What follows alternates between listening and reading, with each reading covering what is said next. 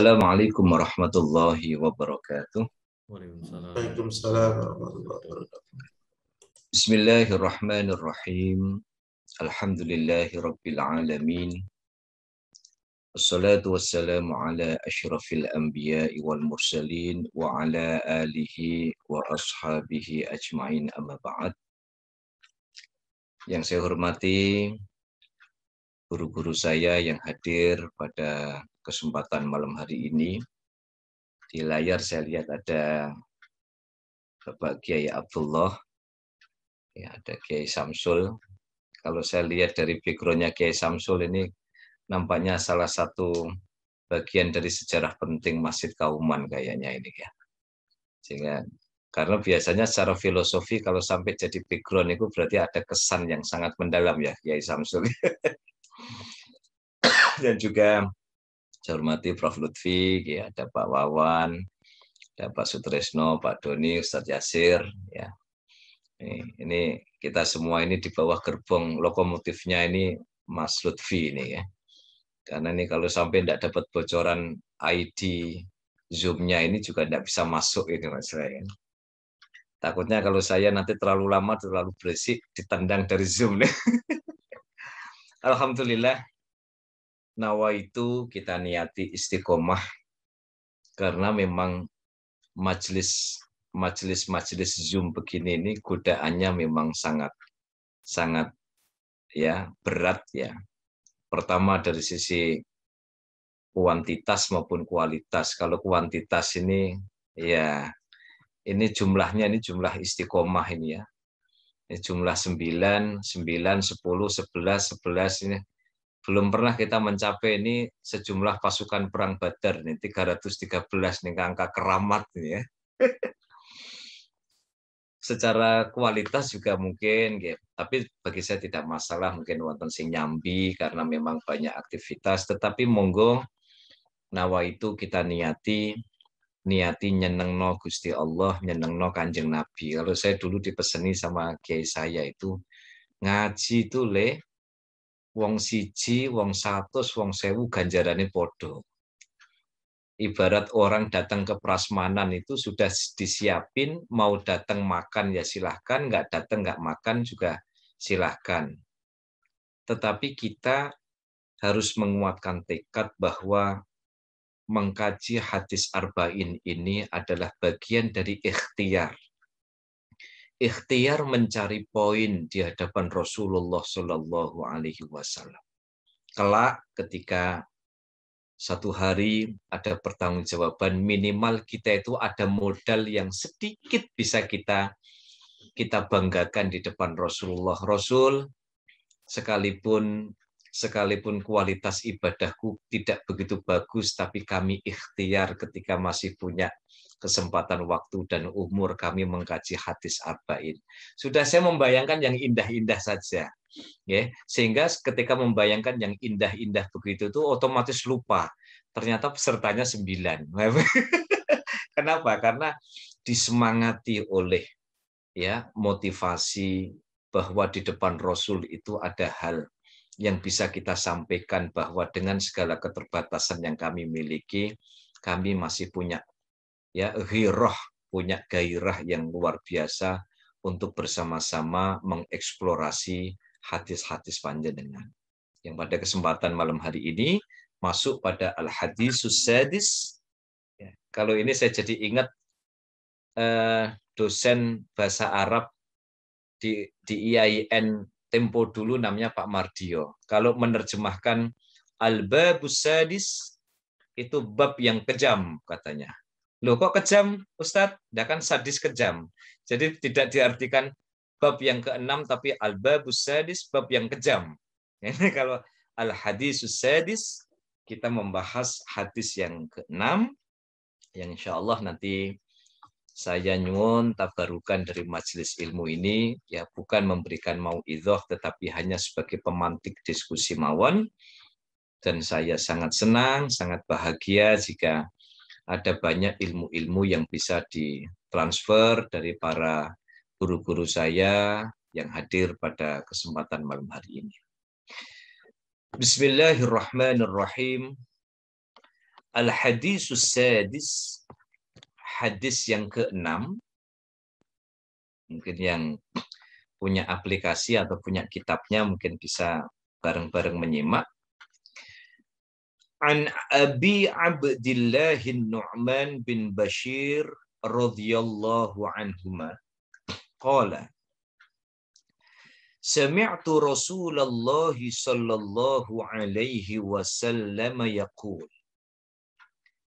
Innal halala bayyinun wa innal harama bayyinun wa bainahuma umurun mushtabihatun la ya'lamuhunna katsirun minan nasi famanittaqa syubuhati faqad istabra'a lidinihi wa 'irdihi wa man waqa'a fis syubuhati waqa'a fil harami karra'i yar'a haulal hima yushiku ayyarta'a fihi ala wa inna likulli malikin hima ala wa inna himallahi maharimuhu ala wa inna fil jasadi mudghatan idza salahat salahal jasadu kulluh wa idza fasadat fasadal jasadu kulluh ala wahyal qalbu rawahul Bukhari wa Muslim. Al-hadisus sadis, hadis yang ke-6 dalam sistematika hadis arba'in ini. An Abi Abdillah Nu'man bin Bashir radhiyallahu anhu maqala. Diriwayatkan dari Abi Abdillah Nu'man bin Bashir radhiyallahu anhu. Beliau berkata, Sami'tu Rasulullah sallallahu alaihi wasallam yaqul. Aku mendengar satu hari Rasulullah pernah bersabda. Jadi Abi Abdillah An-Nu'man bin Bashir ini salah seorang sahabat Nabi, ya. Salah seorang sahabat Nabi yang dulu ditahnik oleh Rasulullah. Ya. Jadi dalam proses kelahirannya itu dulu ya sempat menelan kurma yang dikunyah oleh Rasulullah, tahnik. Ya. Makanya ini cuman kalau hari ini kemudian ada bayi, ya, nggak tahu kalau misalnya nyuwun tabarukan misalnya sama Kiai Syamsul misalkan. Kiai kula beto kurma niki tolong dikunyah nanti kemudian dimasukkan ke dalam ya mulutnya si bayi. Nah, itu sahabat Nu'man bin Bashir ini termasuk sahabat yang termasuk mulazamah ya intens membersamai Rasulullah Shallallahu alaihi wasallam. Nah, beliau bercerita pernah mendengar Rasulullah Shallallahu alaihi wasallam bersabda. Bagaimana sabdanya? Innal halala bayyinun, sesungguhnya perkara yang halal itu jelas. Wa innal harama bayyinun, dan sesungguhnya perkara yang haram pun juga jelas. Wa bainahuma, dan di antara yang halal dan yang haram, umurun mushtabihatun, terdapat perkara-perkara yang muskil. Perkara-perkara yang belum jelas kehalalannya dan keharamannya. Perkara-perkara yang ambigu dari sisi hukumnya. Jadi belum memiliki legalitas hukum. La ya'lamuhunna katsirum minan nas, yang perkara-perkara yang mushtabihat, perkara-perkara yang samar-samar hukumnya, itu kebanyakan manusia itu tidak memahaminya. Famanittaqasyubuhati, maka barang siapa yang menjaga dirinya dari perkara-perkara yang syubhat, perkara-perkara yang samar, faqadistabra'a lidinihi wa irdihi, maka dia telah berupaya menjaga agama dan kehormatannya. Ini saya terjemahkan riyen ya. Wa man waqa'a fi syubuhati, dan barang siapa yang terjatuh, terjebak pada perkara-perkara yang syubhat, waqa'a fil harami, maka sungguh dia terjatuh pada perkara yang haram. Qarra'i yar'a haulal hima, itu diibaratkan orang yang terjatuh dalam perkara yang syubhat itu seperti orang yang menggembalakan binatang gembalaannya, ya, seperti kambing misalnya yang sedang digembalakan, haulal hima, di sekitar area terlarang. Yushiku ayyarta'a fihi, ya, kalau seorang penggembala menggembalakan kambingnya di satu area yang dekat dengan area terlarang, maka sangat mungkin wong namanya kambing, dia akan bablas memakan rumput, akan nabrak area yang semestinya tidak boleh dimasukin. Jadi ini satu analog ketika orang bermain-main dengan perkara syubhat, ya, bermain-main dengan persoalan hukum, terlalu longgar dalam urusan hukum, maka diibaratkan seperti seekor kambing yang digembalakan oleh penggembalanya di satu area yang dekat dengan area terlarang, artinya domba tersebut sangat mungkin akan memakan rumput di satu area yang terlarang. Sama, orang yang bermain-main dengan perkara syubhat, ya, maka sangat potensial dia akan terjebak pada perkara-perkara yang dilarang oleh Allah. Ala, ingatlah, wa inna likulli malikin hima, setiap pemilik lahan itu punya wilayah terlarang. Contoh nggih, contoh. Setiap pemilik sesuatu itu memilih wilayah yang private. Misalnya contoh, saya sowan ke Prof Lutfi. Tiba-tiba saya assalamualaikum, dibukain pintu, saya langsung masuk kamarnya Prof Lutfi. Kira-kira lancang buatan Prof? Lancang. Karena wilayah kamar itu wilayah yang terlarang. Ya, dimasukin oleh tamu. Tiba-tiba ada mahasiswa tanpa permisi langsung masuk ke kantornya rektor. Oh, urusannya panjang. Artinya setiap orang itu punya wilayah-wilayah yang private. Wilayah-wilayah yang terlarang untuk diakses umum. Ala wa inna himallah, dan sesungguhnya wilayah terlarangnya Allah, wilayah-wilayah private-nya Allah yang tidak boleh dimasuki, tidak boleh dilanggar, tidak boleh dijamah. Jadi Allah pun juga punya wilayah-wilayah yang private. Apa itu? Wa inna himallahi maharimuhu, adalah perkara-perkara yang sudah diharamkan oleh Allah. Ala wa inna fil jasadi mudghatan, ingatlah di dalam tubuh ada segumpal daging. Idza sholahat sholahal jasad, atau segumpal darah juga bisa, karena memang mudghah itu, ya, ada perdebatan, ada yang dimaknai segumpal daging, ada yang dimaknai segumpal darah tetapi yang sudah beku, ya. Itu banyak sekali ulama yang sudah berdiskusi tentang itu.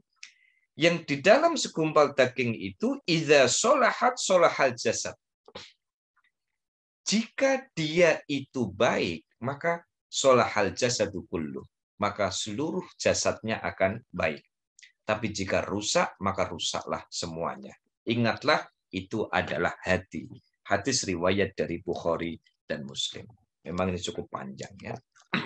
Bapak Ibu yang dirahmati Allah, kalau kita lihat hadis ini, ada beberapa informasi penting. Yang pertama adalah ya, perkara halal dan perkara haram itu sudah jelas, clear. Ya.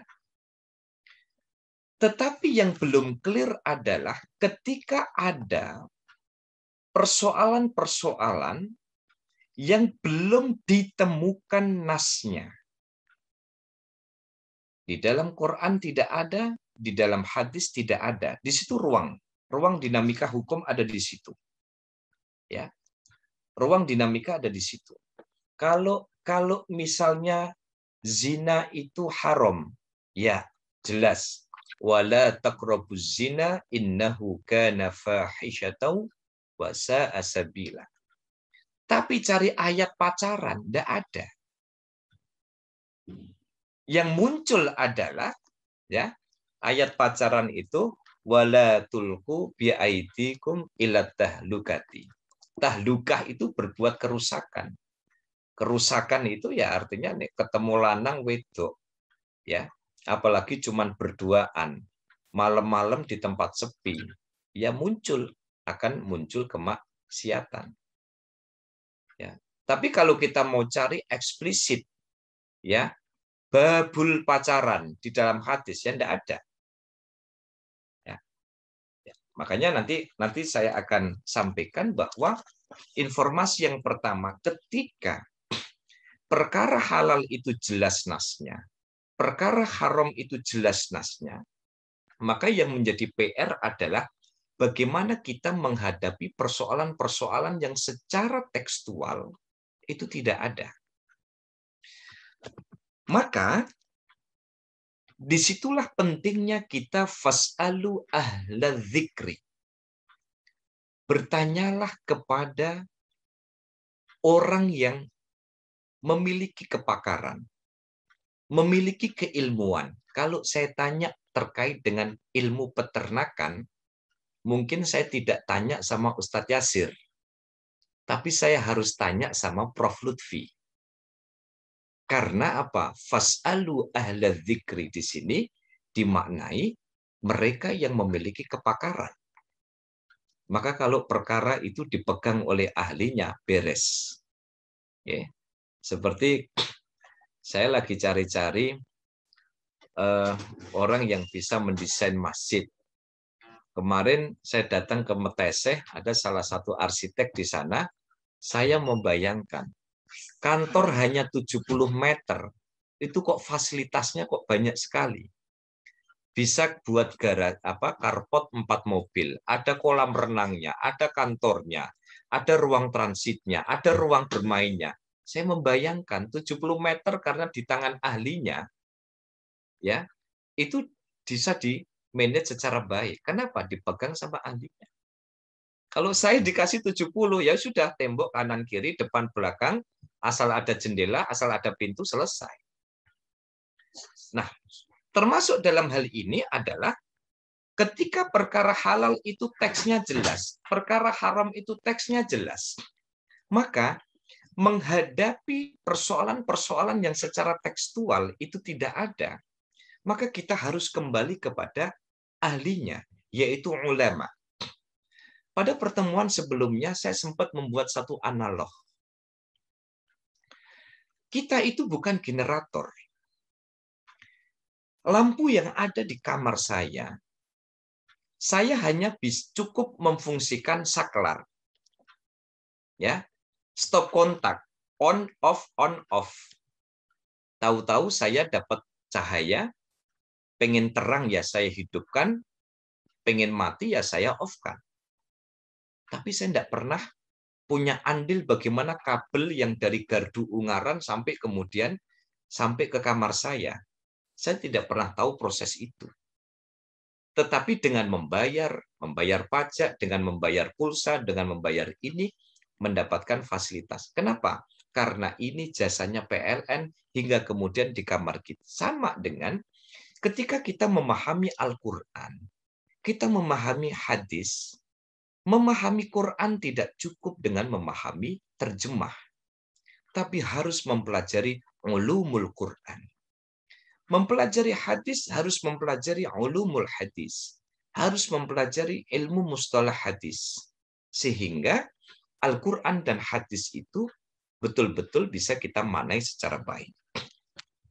Maka ketika perkara halal dan perkara haram itu sudah jelas, maka menghadapi perkara yang mustabihat. Apa bedanya mustabihat dengan syubhat?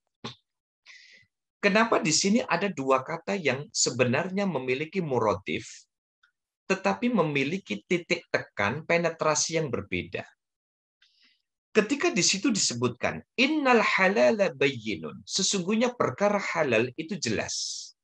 Wa innal harama bayyinun, dan sesungguhnya perkara yang haram itu jelas. Wa bainahuma umurun mushtabihat. Kenapa tidak wa bainahuma umurun atau wa bainahuma syubhat? Karena Bapak Ibu, riwayat atau redaksi dari hadis ini cukup banyak. Ya. Di dalam kitab Al-Jami' ya, yang biasa saya pakai niki, Al-Jami' fi Syarhil Arba'in An-Nawawiyah, ada cukup banyak redaksi-redaksi yang berhubungan dengan hadis itu. Riwayat Bukhari yang sendirian ada. Kebetulan yang diriwayatkan oleh Imam Bukhari itu ada yang satu redaksi dengan Imam Muslim yang barusan kita baca. Tetapi pada riwayat Bukhari yang personal, yang sendirian, itu ada redaksi yang berbeda. Faman taraka ma syubbiha alaihi minal ismi. Jadi ada redaksi lain. Bisa jadikan bayangkan, yang diriwayatkan oleh Imam Bukhari dan Imam Muslim, redaksi yang barusan kita baca. Tetapi ada satu redaksi yang hanya diriwayatkan oleh Imam Bukhari dengan menggunakan kata faman taraka ma syubbiha alaihi minal ismi. Itu tidak ada di dalam redaksi tadi. Kemudian ada di dalam redaksinya Imam Tirmidzi. Ya. Di dalam Imam Tirmidzi itu malah redaksinya al-halalu bayyinun. Enggak ada innanya, tanpa inna. Al-halalu bayyinun wal haramu bayyinun wa baina dzalika umurun mushtabihat la yadri katsirum minan nas. Kalau tadi kita baca la ya'lamuhunna katsirum minan nas. Maka kalau pernah mendengar statementnya Syekh Muhammad bin Bakar bahwa hadis itu jumlahnya ratusan ribu, Mas Lutfi, hadis itu jumlahnya ratusan ribu, yang kita pelajari baru hadis yang ke-6, Mas.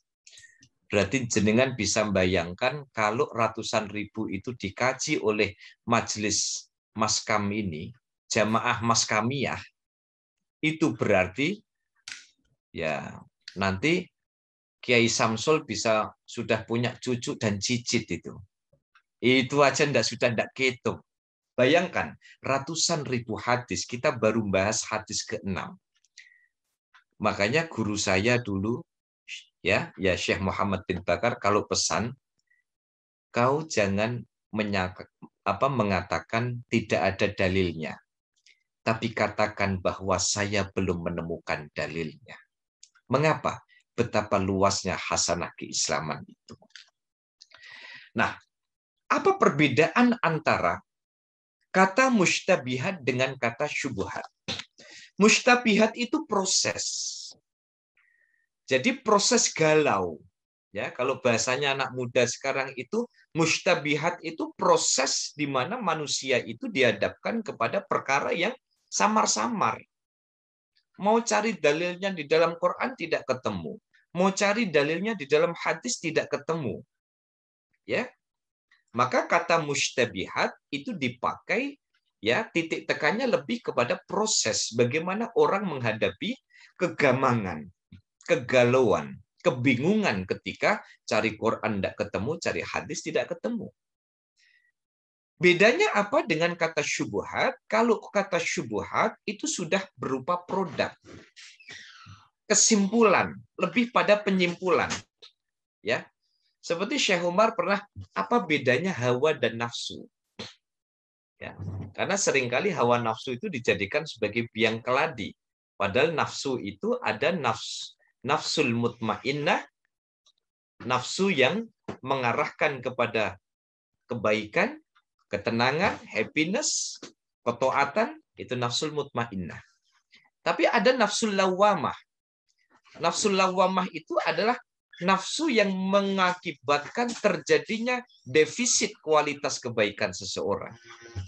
Ya, kalau subuhannya, ya biasanya misalnya Ustadz Yasir kalau subuhan itu panjang, amma yatasaalun. Tapi nafsul lawamah mengatakan kul huwai le, cepet le, kul huwai. Kulhu karo inna atau inna wong podo-podo rong rekaat. Nah, nafsu yang menghantarkan kepada terjadinya defisit kualitas kesalehan, kualitas kebaikan, itu nafsu lawamah. Tapi ada yang betul-betul menghantarkan kepada kemaksiatan. Ya, ammaratun bisu. Jadi kalau hawa itu keinginan. Tapi kalau nafsu spesifikasi dari keinginan itu. Misalnya Mas Lutfi paling enak kita mangan nasi Arab malam-malam. Ternyata di dekatnya Undip ada Emados. Ya, Mas Lutfi sudah sering ke sana, Mas Lutfi. Loh, belum. Nah, nanti ditraktir sama Prof Lutfi nanti. Ya. Ya. Itu wah lah kok tetanggaan kok malah belum lah. Saya yang jauh-jauh saja bilan-bilani ke sana kok, Mas, ya. Harus dicoba itu Emadosnya itu ya. Sebelah mana itu, Ying? Oh, Emados niku itu Aldan, Perso, penyetan Aldan. Ngesrap. Sampingnya Aldan pas. Iya. Sampingnya. Loh, Kiai Abdullah juga dereng. Recommended nih, dereng iki rada gaul, enggak gaul nih. Besok saya antar Pak Abdullah. Ya. Mau diantar sama Ustadz Yasir. Ya, Pak Ustadz Yasir. Itu lumayan lah kalau yang kangen-kangen. Apa khasnya, Ji? Nasi Arab biryani, itu dari Palestina. Lumayan buat tombo kangen, ya. Di situ ada, di Majapahit juga ada, ya. Ya, saya lanjutkan. Jadi kayak hawa nafsu itu bedanya apa? Kalau hawa itu keinginan, tapi kalau nafsu adalah spesifikasi dari keinginan itu. Saya lanjutkan lagi, ya. Makanya di sini bedanya kalau mustabihat itu adalah proses terjadinya kegamangan seseorang karena tidak menemukan landasan atau teks dari satu persoalan. Kalau syubhat itu sudah produknya. Ya, ketika orang gamang lalu kemudian mengakibatkan perkara itu menjadi disimpulkan ini tidak jelas ini. Maka itu syubhat. Makanya di sini disebutkan bahwa hadis ini menyatakan bahwa hati-hatilah ketika berhadapan dengan perkara yang syubhat. Perkara-perkara yang kita sendiri tidak menemukan landasan dalilnya. Perkara-perkara yang kita tidak menemukan legitimasinya. Kalau kita tadi yang saya contohkan, ya, karena seringkali hari ini tuh orang menafsiri sesuatu itu sudah pakai teori otak-atik matuk. Ya. Otak-atik matuknya apa? Contohnya, yang diharamkan di dalam Quran itu babi. Nggak ada kata kalbun. Ya, maka kalbun itu berarti tidak boleh diharamkan. Kenapa? Karena tidak ada di dalam Quran. Nah, kan gitu toh. Yang diharamkan itu zinanya. Berarti kalau pacaran nggak sampai zina, itu berarti tidak masalah. Karena di dalam Qur'annya yang disebutkan, lah ini yang bikin geger dunia kan yang begini-begini. Makanya kenapa perlu fas'alu ahla dzikri. Tanyalah kepada ahli tafsir. Tanyalah kepada ahli fikih. Tanyalah kepada ahli hadis. Supaya apa? Proses kegamangan intelektual, proses mustabihat yang tidak jelas halal dan haramnya itu, kita menjadi tahu. Makanya, bisa dari sekian banyak kitab usul fikih misalnya, kita buka yang salah satu yang cukup dasar dan cukup komprehensif, tidak tebal itu misalnya Ya, kalaupun tidak kitab Al-Bayan misalnya, kita buka kitab Usulul Fiqh Al-Islami karangan Abdul Wahab Khalaf. Bagaimana untuk memahami Quran hadis kita memerlukan ijma, kita memerlukan qiyas, kita memerlukan istihsan, ada masolihul mursalah, ada uruf, ada syar'u man qablana, ada satu dzara'i.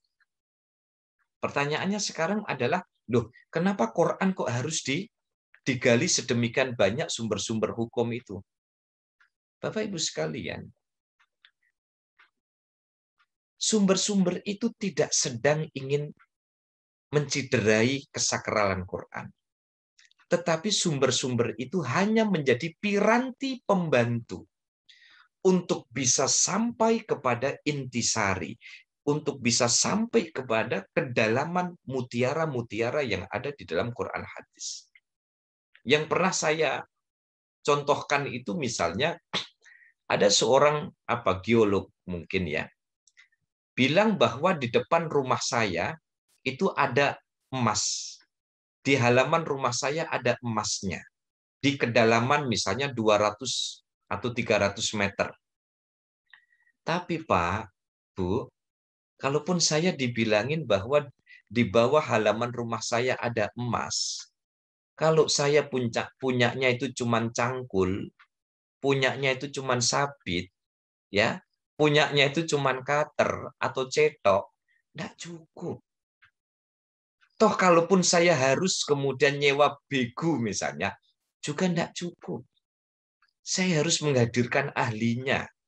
Bagaimana supaya kandungan emas yang ada di kedalaman 300 meter itu bisa diambil. Sama dengan analog itu, ya sederhananya untuk menjelaskan bahwa untuk sampai kepada kedalaman halal dan haram itu, maka harus ada fas'alu ala dzikr. Keseriusan intelektualitas, bahwa ada banyak piranti-piranti, bahwa halal itu ada breakdown-nya. Loh, katanya sudah bayin. Ya sama tadi. Keharaman zina haram. Haramnya zina jelas. Wa innal harama bayyinun. Keharaman zina itu jelas. Tetapi membreakdown hal-hal yang berkaitan dengan keharaman zina itu perlu menghadirkan pakar. Memerlukan kepakaran agar proses untuk mendapatkan bayyinun itu betul-betul dilalui berdasarkan ya kebutuhan-kebutuhan yang harus dihadirkan, piranti-piranti yang harus dihadirkan. Ya. Sehingga apa?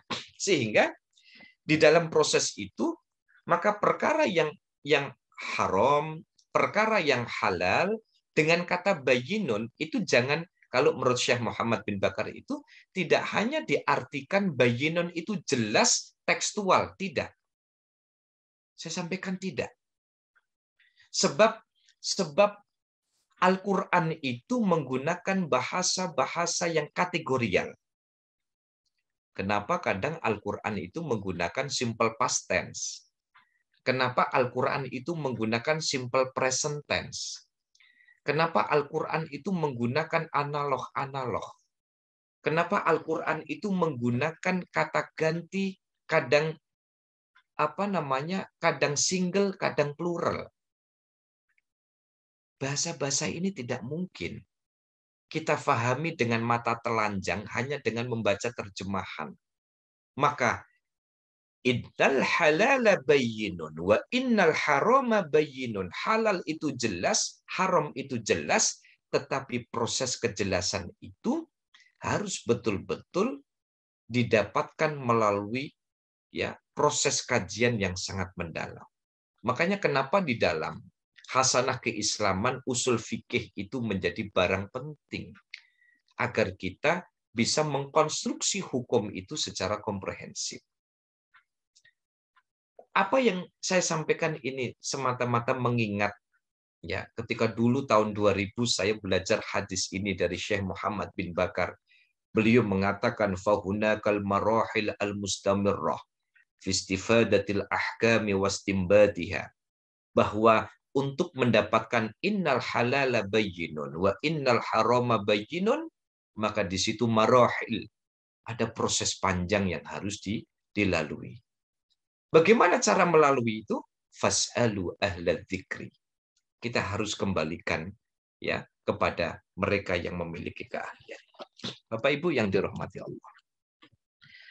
Berikutnya adalah ketika Allah atau Rasulullah di sini menggunakan kata faqadistabro'a lidinihi wa irdihi. Kenapa hanya din dan irdun? Kenapa orang yang bisa menjaga perkara syubhat itu, ya, daripada syubhat biasanya ada yang cenderung untuk tidak melakukan. Kenapa? Karena disitulah sesungguhnya potret kualitas keagamaan, potret kualitas harga diri seseorang. Ketika orang itu lebih ngati-ngati betul ya, bagaimana supaya halal dan haram itu tidak dimain-mainkan. Saya masih ingat bagaimana Nu'man bin Bashir itu punya nasihat yang sangat bagus Bapak Ibu. Saya ingat sekali ini. Saya dengar dari guru saya itu tahun 90-an itu. Beliau itu punya quotes yang cukup, menurut saya cukup dalam maknanya. Ya Allah, kalaupun aku lemah dalam urusan ibadah, dalam urusan ketaatan kepadamu, tolong berikan aku kekuatan maksimal dalam urusan menghadapi kemaksiatan.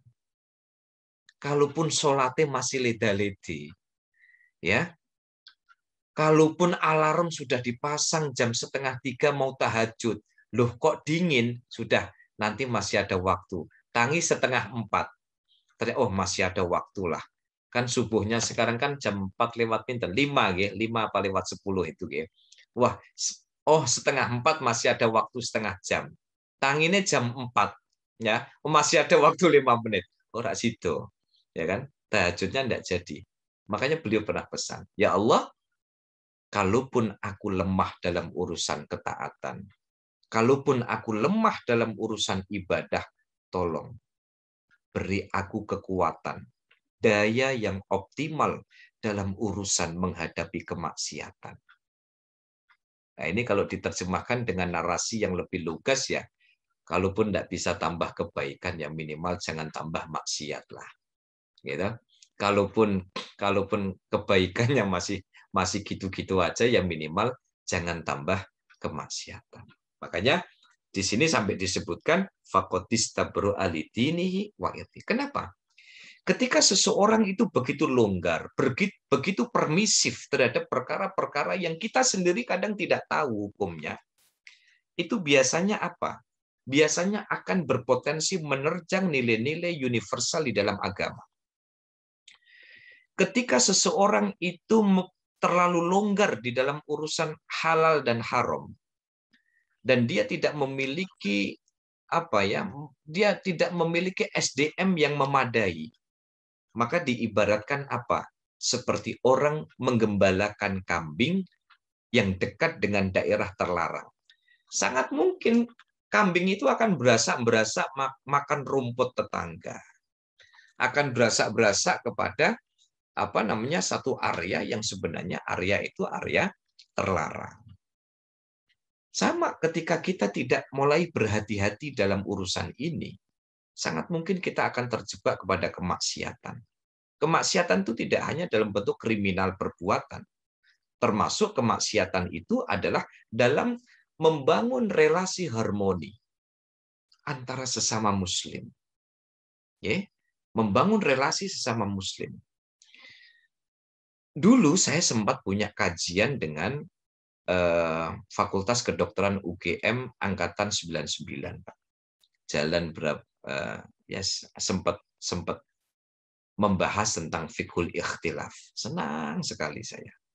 Bagaimana diskusinya gayeng, bagaimana semangat mereka untuk mau membaca kitab. Kita tidak bicara ini, Ustaz Samsul, tidak bicara i'rab. Pokoknya yang penting moco. Mau di fathah semua silahkan. Mau di domah semua silahkan. Yang penting ada semangat. Kita membahas fiqhul ikhtilaf. Ternyata apa? Ending dari 5 kali pertemuan kajian itu, Kami seperti GPK lewat Zoom hanya ingin mengatakan ternyata kesamaan kita jauh lebih banyak daripada perbedaan. Ternyata ketika kita membahas tentang fiqhul ikhtilaf, bukan justru membuat kasih sayang kita kepada sesama semakin defisit, tetapi justru semakin kuat. Kenapa? Karena semua dibangun dengan nawaitu bahwa ikhtilaful ulama'i rahmatun wa ikhtilaful juhala'i fitnah. Ketika yang berbeda pendapat itu para ulama keren, menjadi rahmat.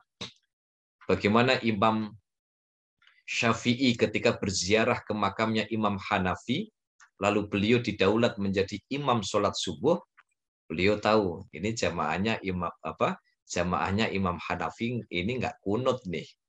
Akhirnya meskipun Imam Syafi'i itu kunut, tapi ketika beliau menjadi imam di hadapan jamaahnya Imam Hanafi, beliau tidak kunut. Kenapa? Karena kasih sayang dan kemanusiaan yang dikedepankan. Tetapi ikhtilaful juhala fitnah. Ketika yang berbeda itu sama-sama nggak ngerti, pakai ilmu pokoknya dan ilmu jari. Akhirnya innal halala bayyinun wa innal harama bayyinun, kemudian disalahartikan. Kalau tidak ada teksnya, maka menjadi haram. Kalau tidak ada teksnya, maka menjadi ini dan sebagainya. Maka inilah pentingnya ya untuk menjaga diri agar jangan sampai kita itu seperti apa? Seperti binatang gembala yang justru kemudian masuk ke area. Saya lihat kedipannya Mas Lutfi sudah mau ngasih kode segera selesai. Saat ini mau tanya jawab. Nggih. Saya ini karena kita sudah sehati lain jantung, jadi saya paham Mas. Ada kerentak gimana saya paham ya. Saya agak kebut dikit lah ya. Makanya tadi disebutkan bahwa secara natural, setiap orang itu punya wilayah yang sangat private. Nah, wilayah private-nya Allah, wilayah privasinya Allah itu adalah perkara haram. Maka jangan sampai kita deket-deket nih sama perkara yang diharamkan oleh Allah. Itu tadi yang saya contohkan. Masa saya bertamu ke Prof. Lutfi, tiba-tiba begitu dibukain, saya nyelonong masuk ke kamar ya putranya Prof. Lutfi misalnya. Nyelonong. Tiba-tiba saya nyelonong ya masuk ke ruang makannya Prof. Lutfi ya langsung buka tudung sajinya misalnya. Itu kan wilayah private yang tidak boleh dijamah oleh tamu. Ya, tidak boleh dijamah oleh tamu. Nah, sama Allah itu juga memiliki wilayah privasi yang tidak boleh dijamah oleh hambanya. Dan wilayah privasinya Allah itu adalah perkara-perkara yang jelas-jelas diharamkan oleh Allah Subhanahu wa Ta'ala. Oleh karena itu di akhir, kenapa kemudian Allah itu atau Rasulullah di sini menutup hadis ini dengan tema tentang hati. Iya. Di sini disebutkan ketika hati seseorang itu baik, maka semuanya akan baik. Ketika hati seseorang itu sudah mulai kotor, maka sama seperti kacamata kita. Kalau kacamata kita burak, melihat barang burak, itu jangan menyalahkan objek, karena yang burak itu sesungguhnya adalah mata kita. Kalau dalam relasi ya sosial kemasyarakatan ada misalnya senang ketika temannya susah, susah ketika temannya senang, nah itu artinya apa? Artinya hati sesungguhnya diposisikan sebagai sensor. Makanya pada kajian-kajian sebelumnya pernah saya sampaikan bahwa letak keadilan Allah menciptakan surga dan neraka, sesungguhnya manusia memiliki hak otonomi. Ketika kita sama-sama diberikan modal berupa hati dan nafsu, ya monggo, kita sebenarnya mau bikin nafsu kita yang kuat, nafsu ammaratun bisu yang kuat, ataukah nafsul mutmainnahnya yang kuat. Jadi sama-sama dapat modal nih. Misalnya saya dikasih uang 1 miliar. Teman saya yang pengusaha dikasih uang 1 miliar. Tentu cara membelanjakan uang 1 miliar antara saya dengan teman saya tentu saja tidak sama. Sama halnya dengan kita. Kita punya nafsul mutmainnah, kita punya nafsul ammarah bisu. Ketika nafsul mutmainnah ini yang kemudian, ya, meskipun kalau bahasanya Syekh Muhammad itu ya hati nurani itu, kalau hati nurani seseorang itu sering dicas, kumpulnya, rutinitasnya, pekerjaannya, mungkin punya doa-doa yang dirutinkan, diistiqomahkan, maka dalam hidupnya hati itu sensornya akan kuat. Tetapi sebaliknya ketika nafsul ammarah bisu, hawa nafsu dalam pengertian yang bisu, itu yang kita cas terus. Contohnya, gaulnya sama peminum. Terlepas urusan dakwah, misalnya urusan lain, saya bilang gaulnya sama peminum. Lalu kemudian sholat bolong-bolong, ngaji tidak mau, ya kan? Pekerjaannya juga nyerempet-nyerempet perkara yang syubhat dan haram. Itu artinya dia sedang ngecas, ya, hawa nafsu itu menjadi.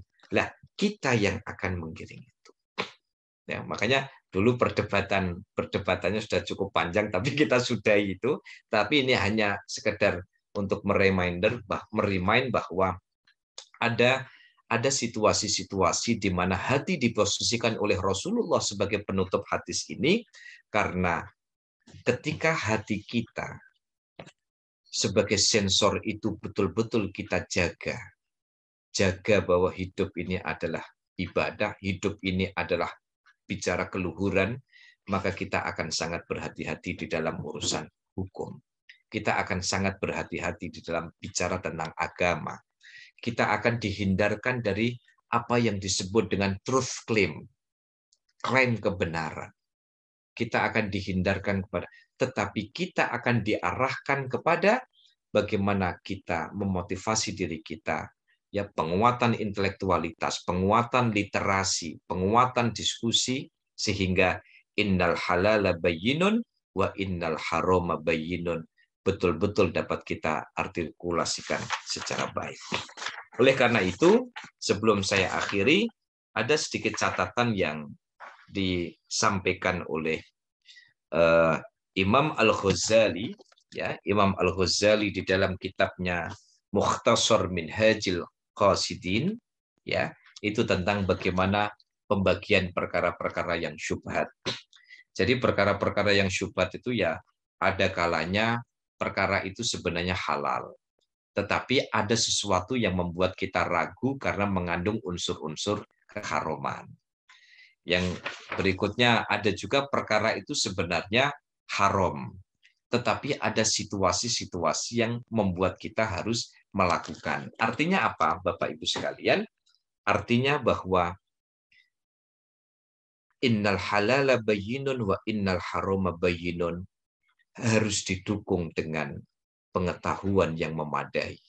Harus didukung dengan iktikad baik untuk penguatan SDM, penguatan literasi, sehingga firman Allah, udkhulu fis-silmi kafah, masuk ke dalam Islam secara kafah, secara komprehensif, itu betul-betul dapat kita wujudkan, ya, sebagai ikhtiar untuk menjadi seorang muslim yang memahami syariat itu secara baik.